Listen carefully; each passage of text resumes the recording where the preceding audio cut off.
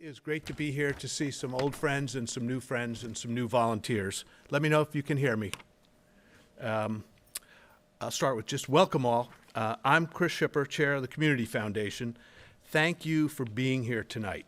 And a special thanks to our library, and of course Mickey in the background, for co-hosting this event, and for the library's continued partnership with the Foundation. We're grateful for the space, the collaboration, and a shared commitment to community learning.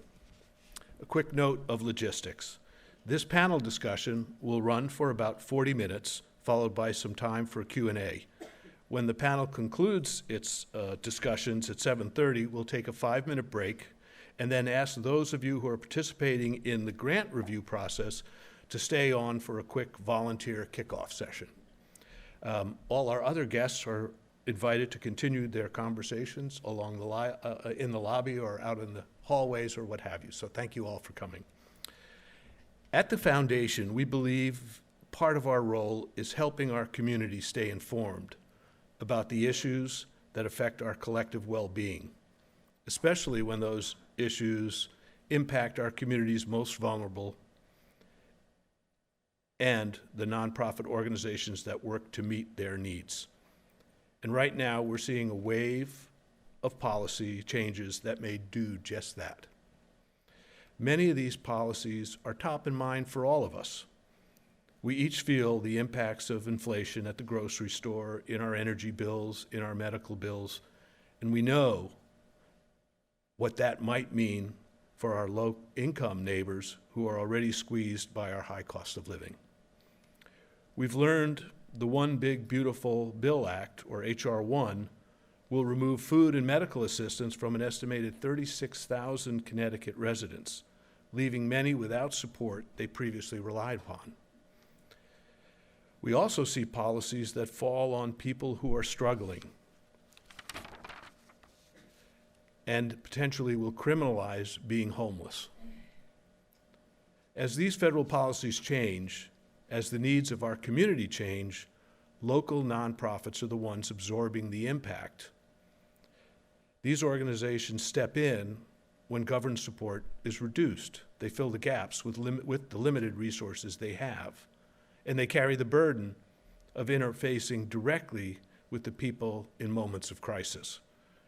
When someone needs food, or legal help, or housing support, or medical care, or simply something stable to lean on. Tonight is about grounding these big policy conversations by talking about how they play out locally. If you volunteer in our grant review process, you'll hear directly from nonprofit leaders about the impacts their clients are facing in their day-to-day lives, and about lesser-known challenges that will impact our nonprofit partners' ability to meet the needs of our communities. That includes reduced amounts of data collection, increasing administrative burdens, and the impact of downsizing government departments. The challenges are real. We recently learned from the Center of Effective Philanthropy that 65% of nonprofit leaders report increased demand for their services in 2025, while 69% are experiencing funding cuts. As a result, many nonprofit leaders express concern about the operational sustainability of their organizations and hence may need to merge or even close. These challenging times call for effective response. That's our mission. Thank you again for coming. We're glad you're here, and we look forward to a thoughtful, informative conversation.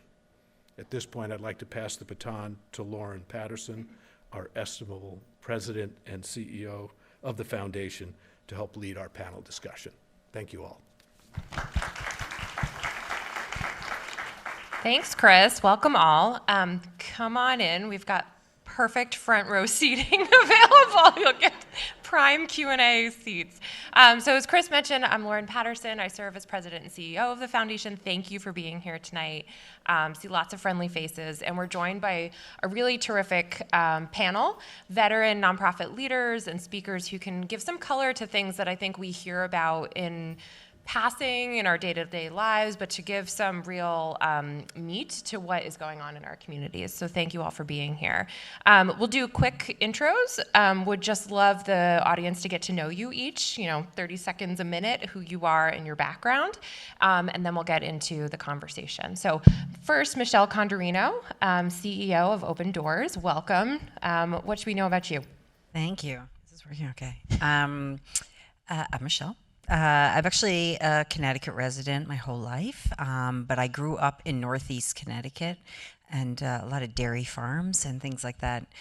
Came down to Fairfield County. I went to college at WestCon. I got my bachelor's in social work. And then I began working in the Danbury area in mental health services, case managing people with schizophrenia who were living in the community. And then I'd done that for several years, and the street outreach team in town was looking for somebody new. And I honestly cannot remember why I thought that was a good idea, but I was 26 and I was like, yeah, I'm gonna go hike through the woods in Danbury and try to convince people to come into shelter and look for housing. But I went over and it was just like that aha moment of, yes, this is what I'm supposed to be doing. And so I've been a homeless service provider almost 20 years. I got my master's at UConn in social work. And came to Open Doors 6.5 years ago. So I had a good 10 months, and then COVID hit. And not really the first, 5 years I thought I was going to have, but was really able to work with this amazing team to grow this organization and really become leaders in this field. And it's been a really exciting journey. Great, thank you. Next, we have Fionnuala Darby-Hudgen. Some of you may recognize her. She was up on the stage 2 years ago, and we asked, folks asked for an encore. Finn is, I had to check, Director of Data Strategic Planning at the Connecticut Data Collaborative. It's very long.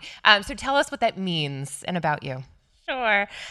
Good evening, and thanks for having me back. I really enjoyed my time last time I was here. So I'm the Director of Data Strategic Planning. I really think that's still my title. I'm going to really hope it is.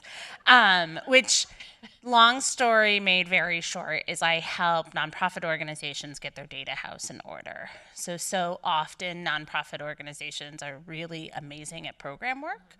And we love programs, and we're really good at programs, and we rarely take the time to evaluate the efficacy of those programs, or if what we're doing we should keep doing, right? So in a for-profit business world, typically you shave like 4 to 7% every year just to make room for new innovation, but nonprofits very rarely do that. So we help them really look at what their goals are, and we start in a very holistic way with really asking organizations, why do you exist?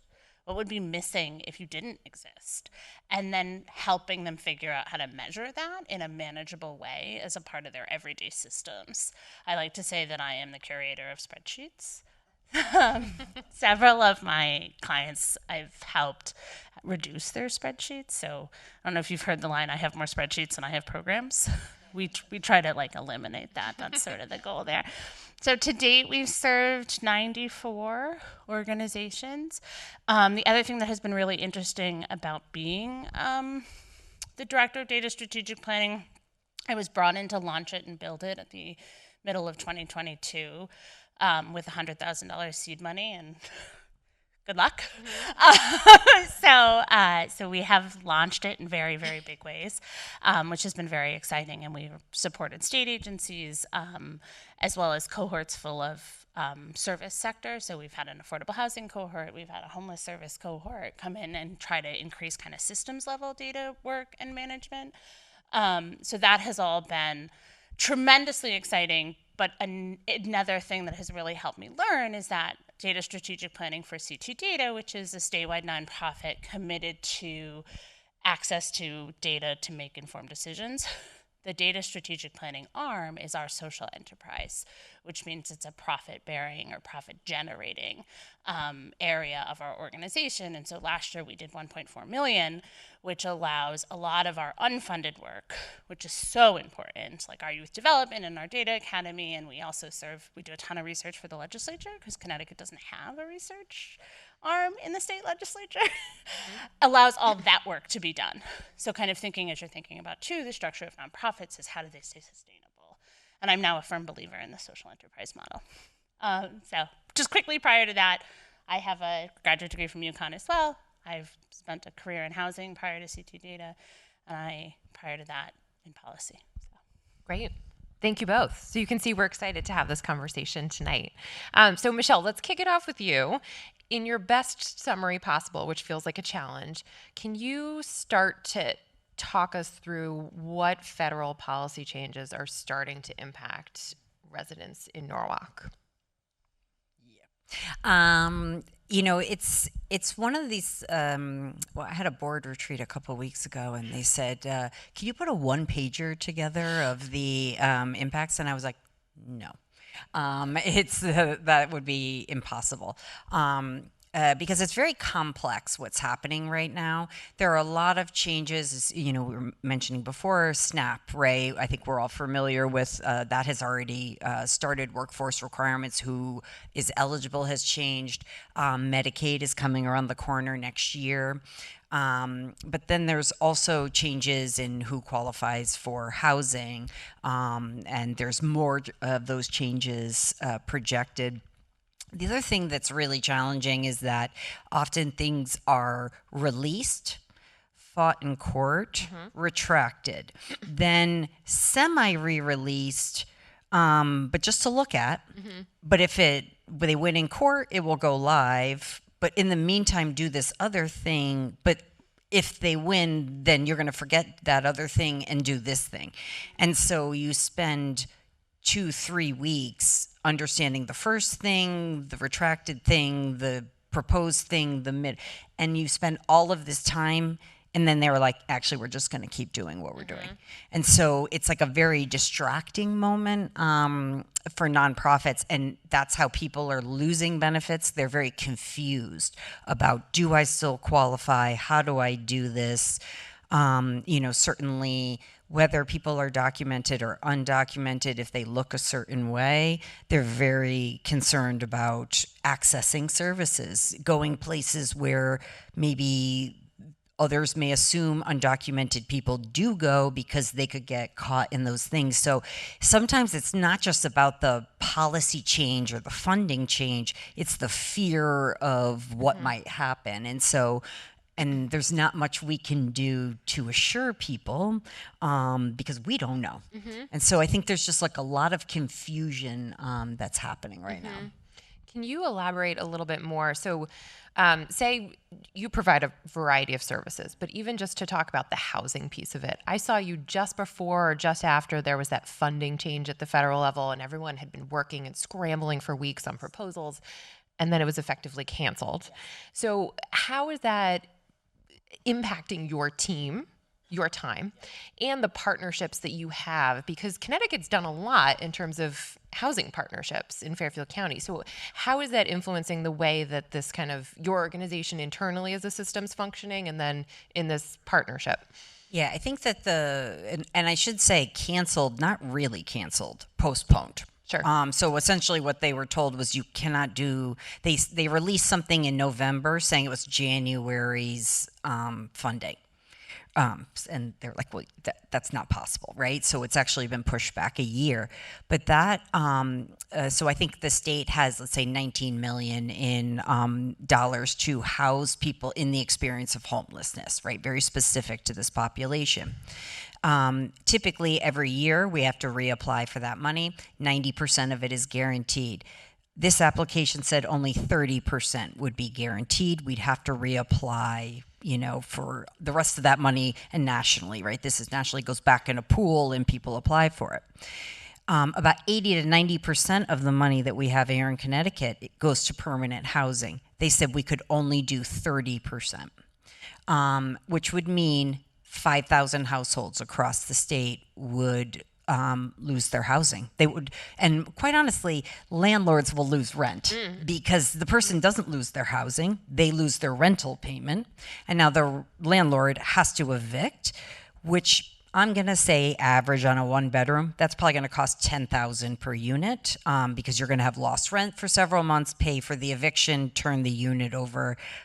Conservatively, it's $10,000 a unit. So, sometimes I think we don't think about the who else is impacted. It's never just the person in the experience. So that's very chaotic. And that is disruptive to a whole system. They also want us to pivot to transitional housing, which they did away with 10 years ago. And so people who used to run those programs now, can we convert back? For our teams, how do we house people from the experience of homelessness when our resources are disappearing and they're converting and there's a lot of uncertainty? How do we translate that message to the people we serve? Because often it's interpreted as, you don't want me to have a voucher, right? You like this person, you don't like me, right? That's why I'm not getting one. And so, trying to, set the stage of this federal change is very challenging. And I think that the way we get through these things is being nimble, being really creative. We're pivoting to a shared housing strategy, so trying to get people to share a 2-bedroom, right? Because it's cheaper than 2 1-bedrooms. So we've actually had a lot of success with that. But I'll tell you, it's very exhausting. And again, this is a team that ran through COVID, right? So we put this in a 6-year time frame. We have been running for our lives for 5 years. And we kind of thought things might be settling. And now there's just this past year been a tremendous amount of unsettlement and quite honestly, some fear about our own safety. In this environment, us doing this work with, it's, years of them telling us that we have to acknowledge certain, gender, right? And now, if you've done that historically, it's punitive. I'm like, but you made us do that, right? And now you're telling us we're in trouble for doing it. And so there's a lot of what can we do? What can we not do? Where do we think they're going? So that maybe we're not interrupting future opportunities by current behaviors, and how does that match our values, and where are ethics and values in that conversation? Because if we don't do it, does that mean we don't have a shelter? And if we don't have a shelter, that means no one is safe. So, sometimes I think we feel like we're put in positions to make decisions very much like our clients, right? I often say, is it really a choice if there's no good choice? And I think that's really where a lot of nonprofits are right now. So Finn, Michelle's painted this picture very tangled, right? It's hard to put together a 1-pager or a summary right now of all the moving parts and the levers that could be pushed in what order. How are you thinking about this in terms of data and what organizations can or cannot wrangle to their benefit in decision making, monitor over time, any of that? Yeah, so I very specifically reached out to Meg, who's over there, and was like, I need a table because there is so much going on. I need my notes in front of me or I'm going to get this wrong. So really the way to think about it is it's a circus. As you heard Michelle say, there is no other way to put it. As of today, which I sat out in the lobby and looked up for you, where there's an estimated 3,800 data sets that are publicly taxpayer-funded data sets that are gone. They're just missing.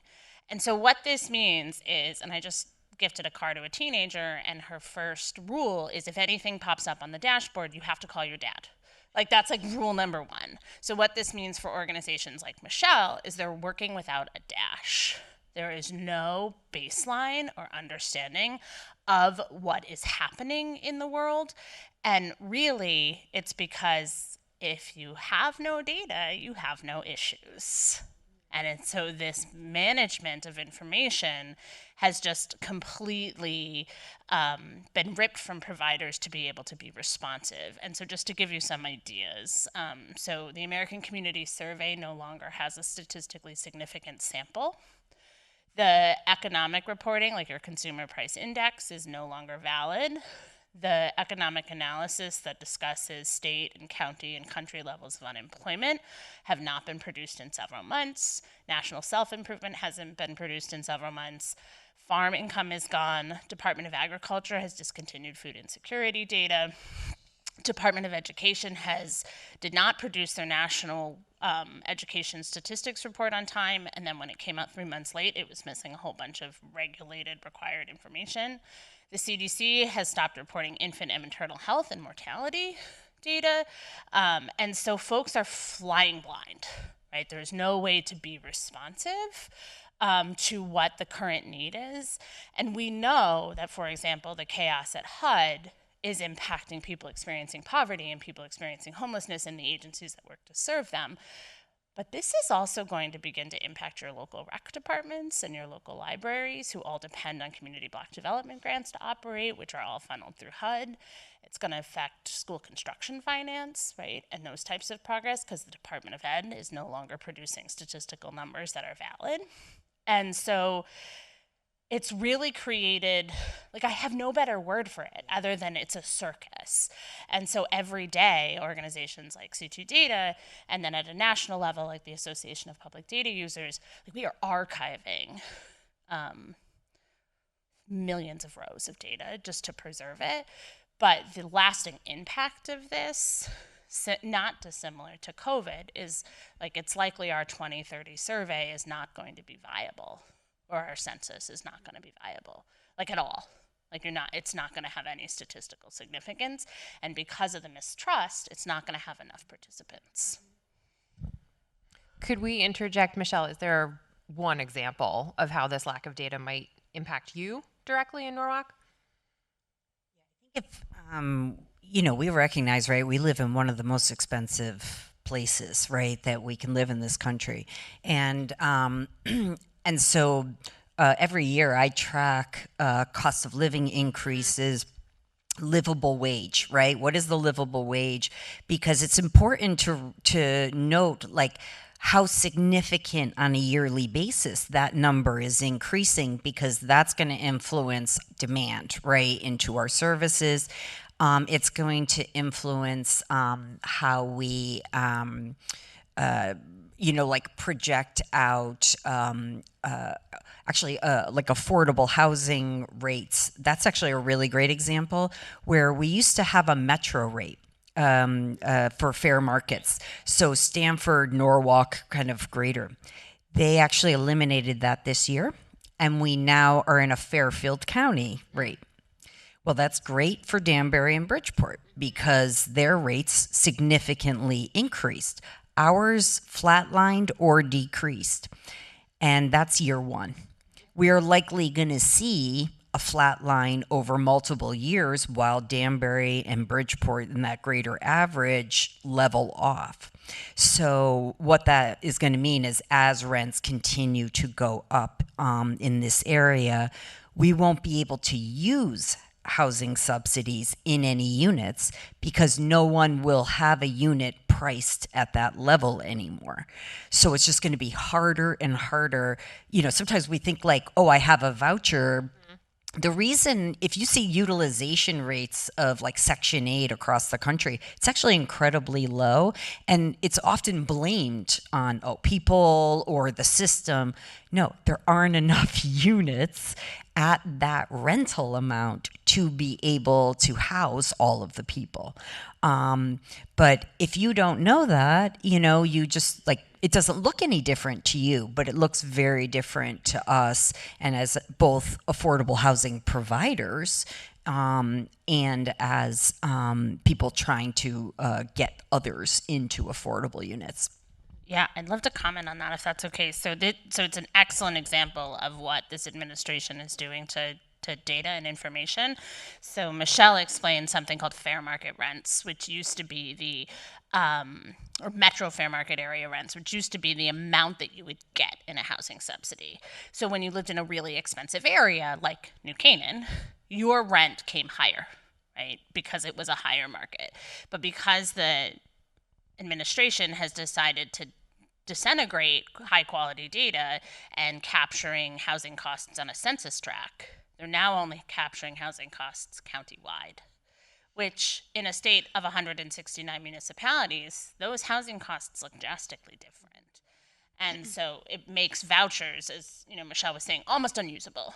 And that's just one example. It's the same with food insecurity data that's happening. So some of you may know, in public schools, if a school district is 79% low or moderate income, then the entire school has access to free and reduced lunch without having to fill a tremendous amount of paperwork. That data is going to be completely downgraded because we're no longer looking at federal poverty levels at a neighborhood block level, right? So they're just looking kind of district-wide or even regional, like county-wide. And again, it makes it really interesting for a state like Connecticut that doesn't actually have formal counties. So our ability to serve those who need the most service is really a huge challenge because we don't even have the information to do it anymore.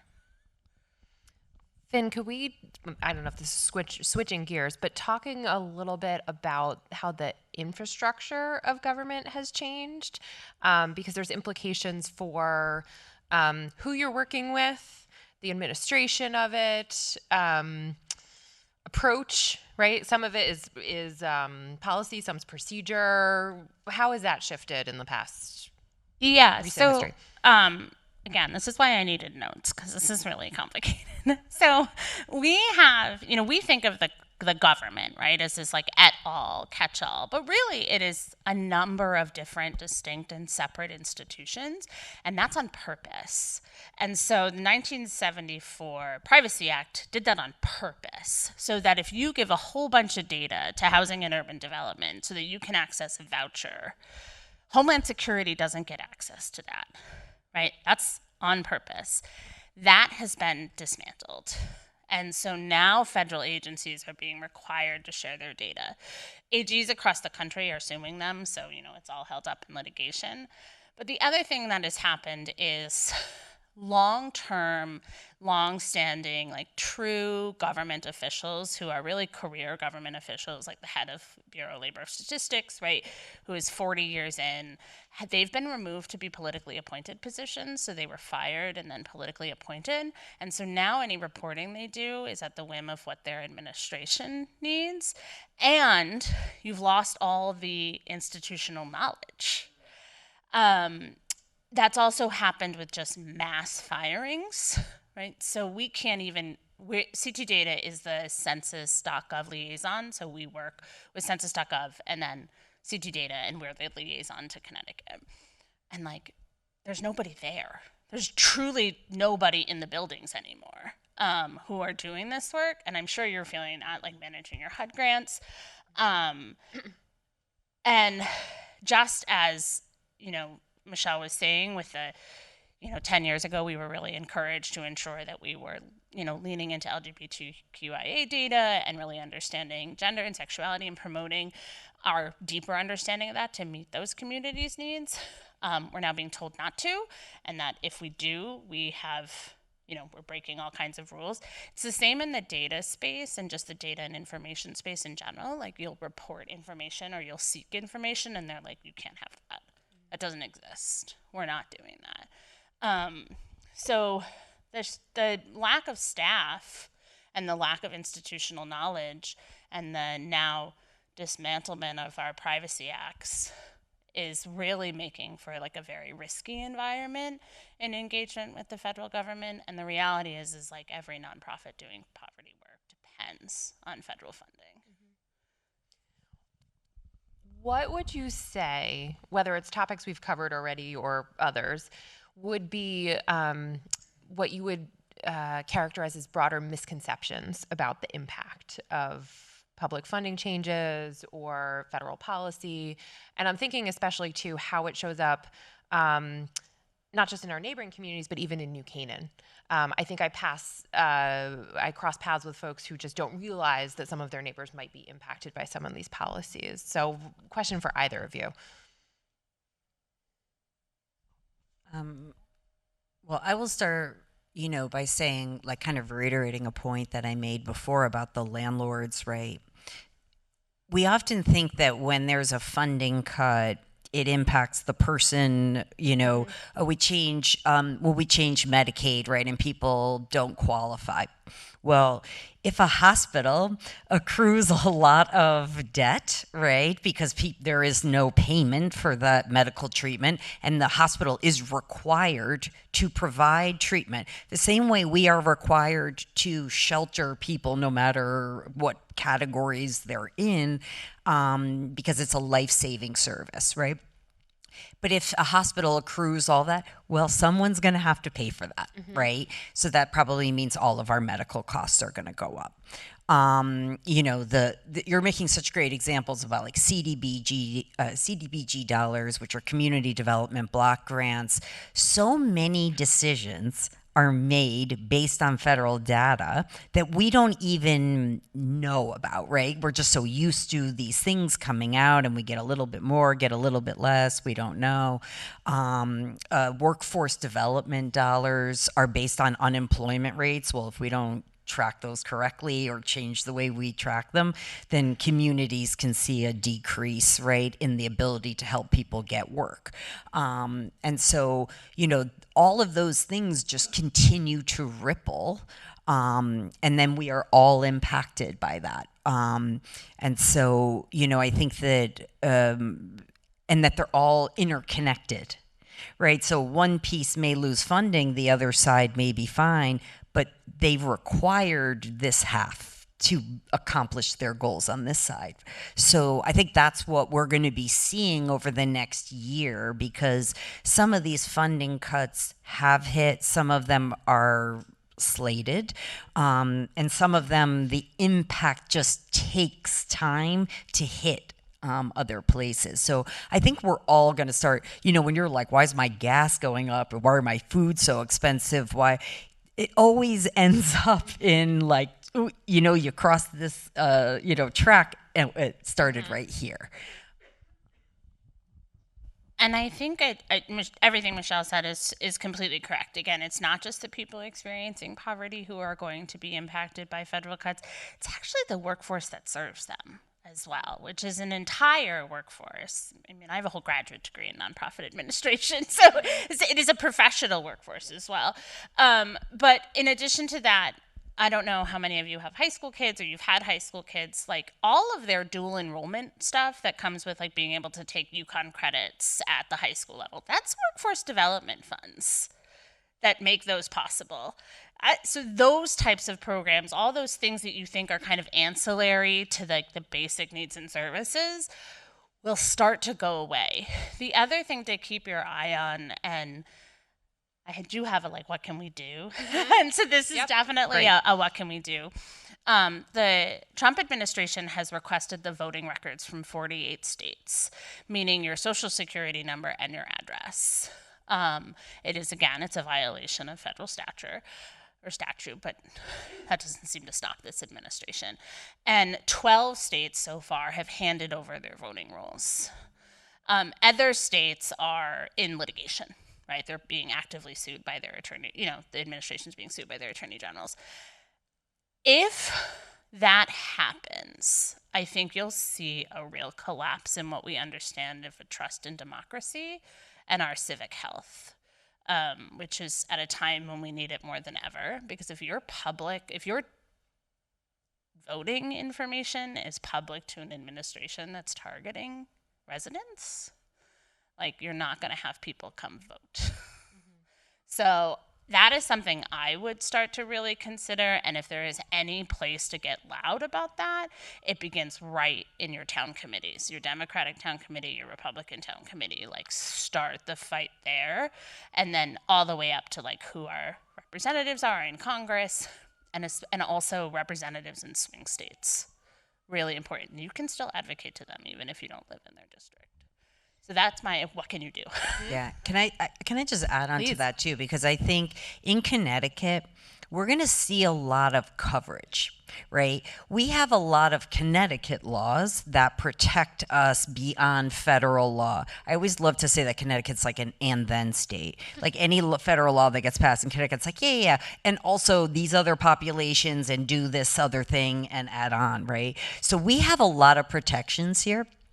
And I think the state is also has been very, conservative in its funding, and so has funds to be able to offset some of these federal impacts.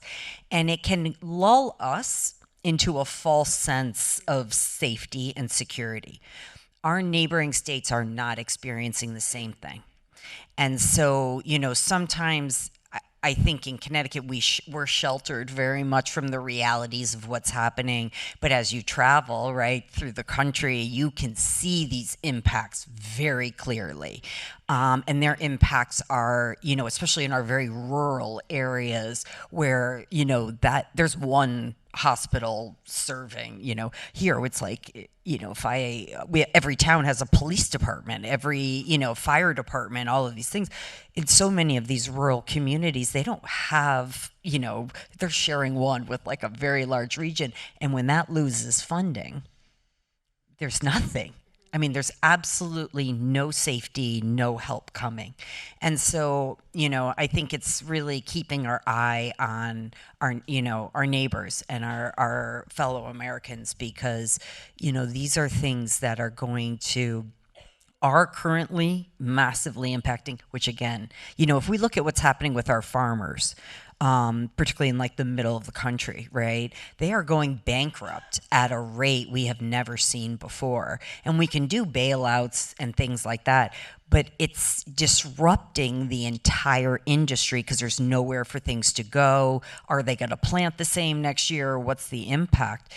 That's going to impact our food, the quality of our food, the expense of our food, so. And again, I come from a farming family. Like, these are things that are very important to me, and I'm very mindful of. Again, we are not an island, even though sometimes it feels like we are. I'm going to pause there so we can run a mic for Q&A, and I've got a couple more questions in my pocket, and I'll do at least one wrap up at the end. Okay, just raise your hand and we'll bring the mic to you so that the recording can capture the question as well as the answer. I heard my wife sigh when she saw my hand go up. So, what you're describing is terrifying, and you can't help everyone. And so, in light of the new Canaan Community Foundation's supports to multiple different things, what do you think should change this year in terms of what are the priorities of the new Canaan Community Foundation? I'm happy to think about that. So I shared at the beginning that I work with nonprofit organizations, and the first question I ask them is, why do you exist? It's a very baseline. I think in today's unbelievable times of uncertainty, we need to lean into the organizations that have proven to be really nimble. So, Open Doors is not to sell you, but to sell you, it's a nimble, strong, and long-lasting organization. This is not the time, in my opinion, this is just my opinion, to make the $1,500 grant to the startup, right? Like, that's just not the time. We want it to be, we want to serve everyone, but to answer your question, who do we serve? I think the other thing is, when I work with nonprofits, I ask them, is their mission statement authentic? Because so many aren't. Think about, what is the mission statement of the foundation, and ensure that you're using that as your guidepost. What are your outcomes? What do you hope your money does? And if you can't draw a line from your funding to your outcome, then that's not where to spend money this year. Can I ask a follow-up, Finn, just on this topic? So I was curious if this was going to come up, but in the work that you do, are you currently seeing, or are you expecting to see more organizations broaching partnerships? Maybe not full-on mergers and so on, but partnerships in a really concerted way that we may have not historically seen, and the role of data in all of that. Yeah, so we call ourselves C2 Data Collaborative. That's in our name. And when at our inception in 2010, the goal was to create a data Switzerland, right, to serve as an organization that would be a place where people could access non-biased or nonpartisan information. We're actually working on that right now to integrate state-level data because we have to prepare for the loss of federal data. So we're piloting a couple of integrated data projects in the Hartford area and also in the New Haven area. I think the Strive community is in this region. That's another one that's also doing some integrated data work.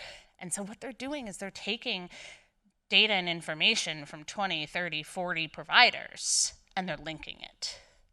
And that gives us a very powerful story so we can start to better tell the impact of our work.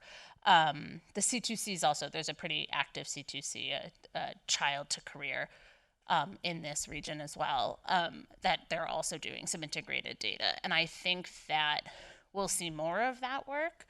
And I think on the idea of like continued partnerships, as you think about like renewing grants, and I would support folks who are working to do collaborative work, because I think now more than ever we need to be, unfortunately the nonprofit sector is hyper competitive. It shouldn't be, but it is. So the nonprofit organizations that are leaning into each other are probably going to survive than the ones who are. And the Strive models that you mentioned in our region, so we're fortunate there are a lot in Fairfield County, actually, but Norwalk Axe and Stanford Cradle to Career are the ones kind of some of you may visit. Michelle, did you have a comment on that too? Yeah, I mean, I think that we are going to see a lot of merging. And I won't say that I think that's necessarily a bad thing. I think that there are, a lot of the organizations that exist, you'll note, like if you visit a lot of the homeless service organizations in Fairfield County, a lot of them started in the like early to mid 80s, right? That's not an accident, right? That's kind of when this topic was coming up. There's a lot of history I won't bore you with on that. I'm a little bit of a homeless history buff, which is kind of a little subcategory, yeah, that I really love what I do. In every community, and they were volunteer based, and they were really great community grown things. Well, now we've gone to such a model of like trying to standardize, right, the experience everyone is having and the policies and procedures, and it may feel like some redundancy in having so many organizations when they're very labor intensive services. So I do think there is some benefit to that, but I also think that proactive approach to that, right? Not waiting until we're underwater, because it's certainly less attractive, but also sometimes destruction happens and it can't be rebounded, right? So I think that's important. And just to go back to the original question, I think you've always done a really great job of being like a general operating support. That's huge because our organization provides 10 distinct programs across actually a pretty wide scope of services. When I apply, I may be in one reality. When the funding is released, I may be in a completely different reality, and I cannot predict that. And so I think that's just like a really core thing to be mindful of, that, allowing us to pivot dollars within the organization really helps us sustain all the programs, as one may see reductions and then others may see like increases in demand. Great. Lauren, do we have time for another one? Okay. Yeah, it's a fairly quick question. I think, and I'm sure you know the answer, but to both of you, I guess. But listening to you both, if you're in the business of providing housing to those who don't have housing, or you're in the food insecurity business, providing meals to people who don't have meals, it sounds as though the environment has become pretty hostile in a way, and maybe even safety I think you might have even mentioned that. My question is, how is that impacting your ability to attract the people you need to serve your clients, whether they are paid staff or volunteers? So, when COVID first hit, we all decided, so we have a soup kitchen, a homeless shelter, a clothing center, a food pantry, employment services. And we kind of had group conversation and agreed we'd all continue to work on site. And a couple of weeks actually in, one of the team members, we were in a conversation group and said, I don't know how to explain to my family why I'm still here. They don't understand why I'm still coming in. And I'm like, well, what I tell my family is that in 50 years, when I reflect back on this moment, I'm going to be so proud that I helped people when it meant the most.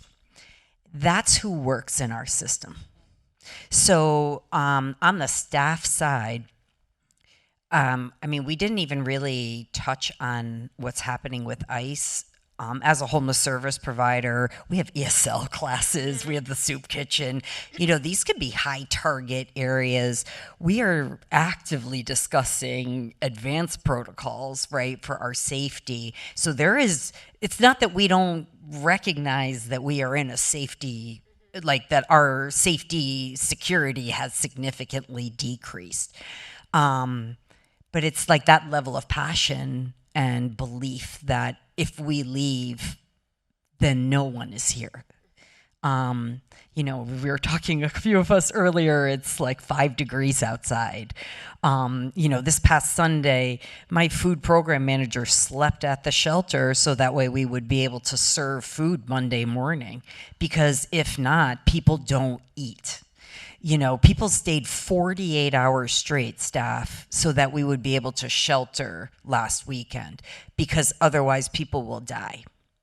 And so, when you know that you are the only thing standing between someone's life and death, it's like a really humbling experience and a feeling of such, it's like an odd sense of satisfaction, right?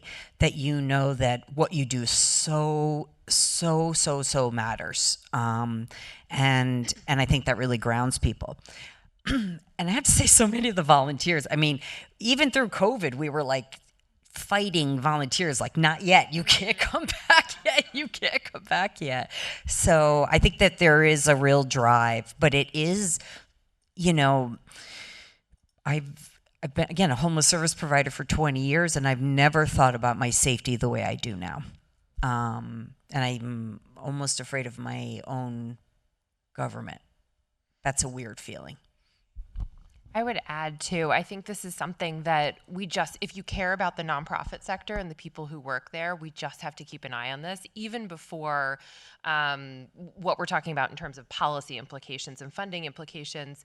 Coming out of COVID, there was incredible burnout in the sector and a lot of leadership changes, to the degree that foundations, as kind of formal funders, but I would encourage individual givers to think about this too, we're supporting, yes, general operating and the most flexible kind of supportive ways to give to nonprofits, but also thinking about how to support that leadership, how to help support policy changes. Like if you're on a board, do you have a sabbatical policy? Do you have professional development or really generous vacation policies or flexible PTO, right? There's other considerations for how to support staff beyond the things that are scary safety issues and on the ground that the leadership has to drive, but you can be on a board or be a volunteer or be a donor and influence those things as well, which I think are critical.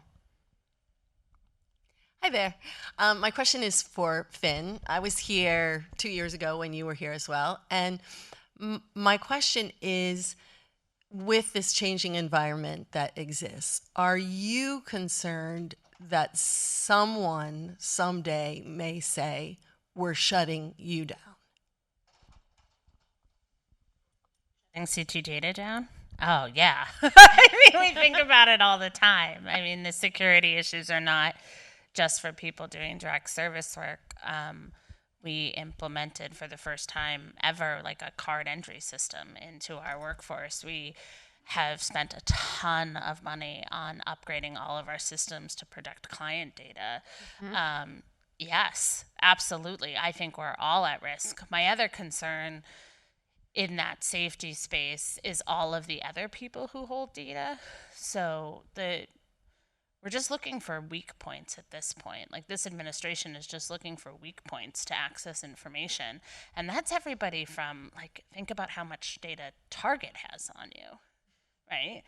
Target doesn't exactly have a vested interest in protecting your personal information, you know? So they're just looking. So I think about, from a safety standpoint, yes, all the time. I think nonprofit staff in general are at huge risk, but I think we also work in the same building as CT Public, and they are also very, very, very concerned. Anybody who's a keeper of information and working to make sure information is available to make decisions is at risk, because it goes back to the first thing I just said.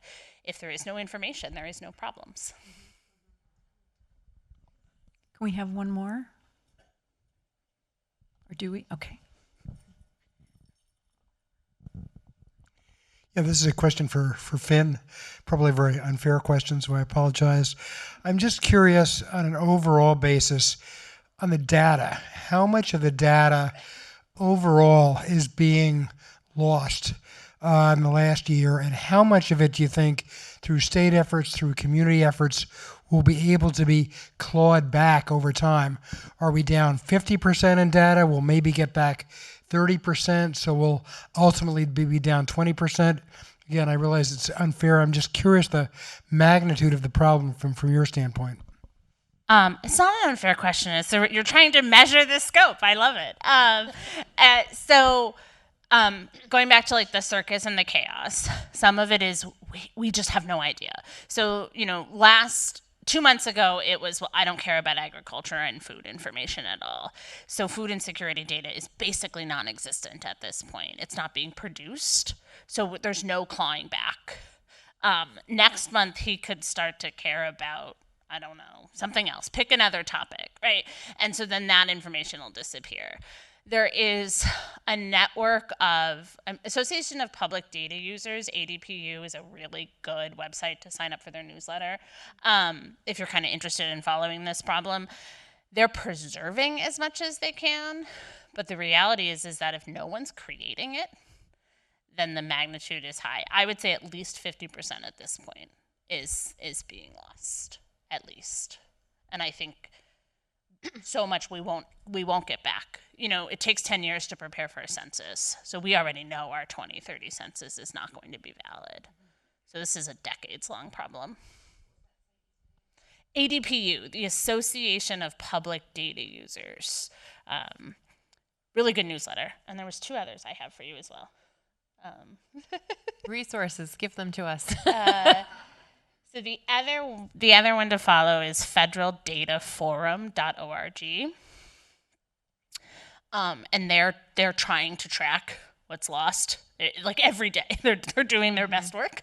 And then essentialdata.us is collecting stories about how the loss of information is impacting your work. Really important for an advocacy tool, and that's essentialdata.us. It's another one that's really good. So we're coming up on time. Like, deep breath. And we wanted to end on a note of hope, which I was just trying to reflect in the last minute to wrap this up. So I would say my note of hope is you're all here, and you know a little bit more right now. And things are going to get done, as Finn was referencing, at a local level. So whether or not it's in a formal capacity and you're part of a committee or a board or something that does something formal locally in town or in our neighboring communities, or you just mention at coffee with your friends tomorrow or this weekend, hey, I learned this interesting thing, that's going to be of use. Because like I said earlier, I think just a lot of folks don't realize how this is all kind of swirling around us at the moment. So thank you for being here. Thank you to these two great women for joining us tonight. And a big thank you to Meg Saffin, our program officer, for organizing all of us to get here tonight. So round of applause for all these guys.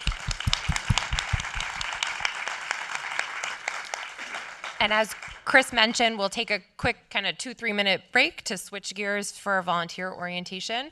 And if you're here as a guest and we're just interested in the panel, Meg's going to put up, I think, contact information if you just otherwise have questions about the Community Foundation. Thank you.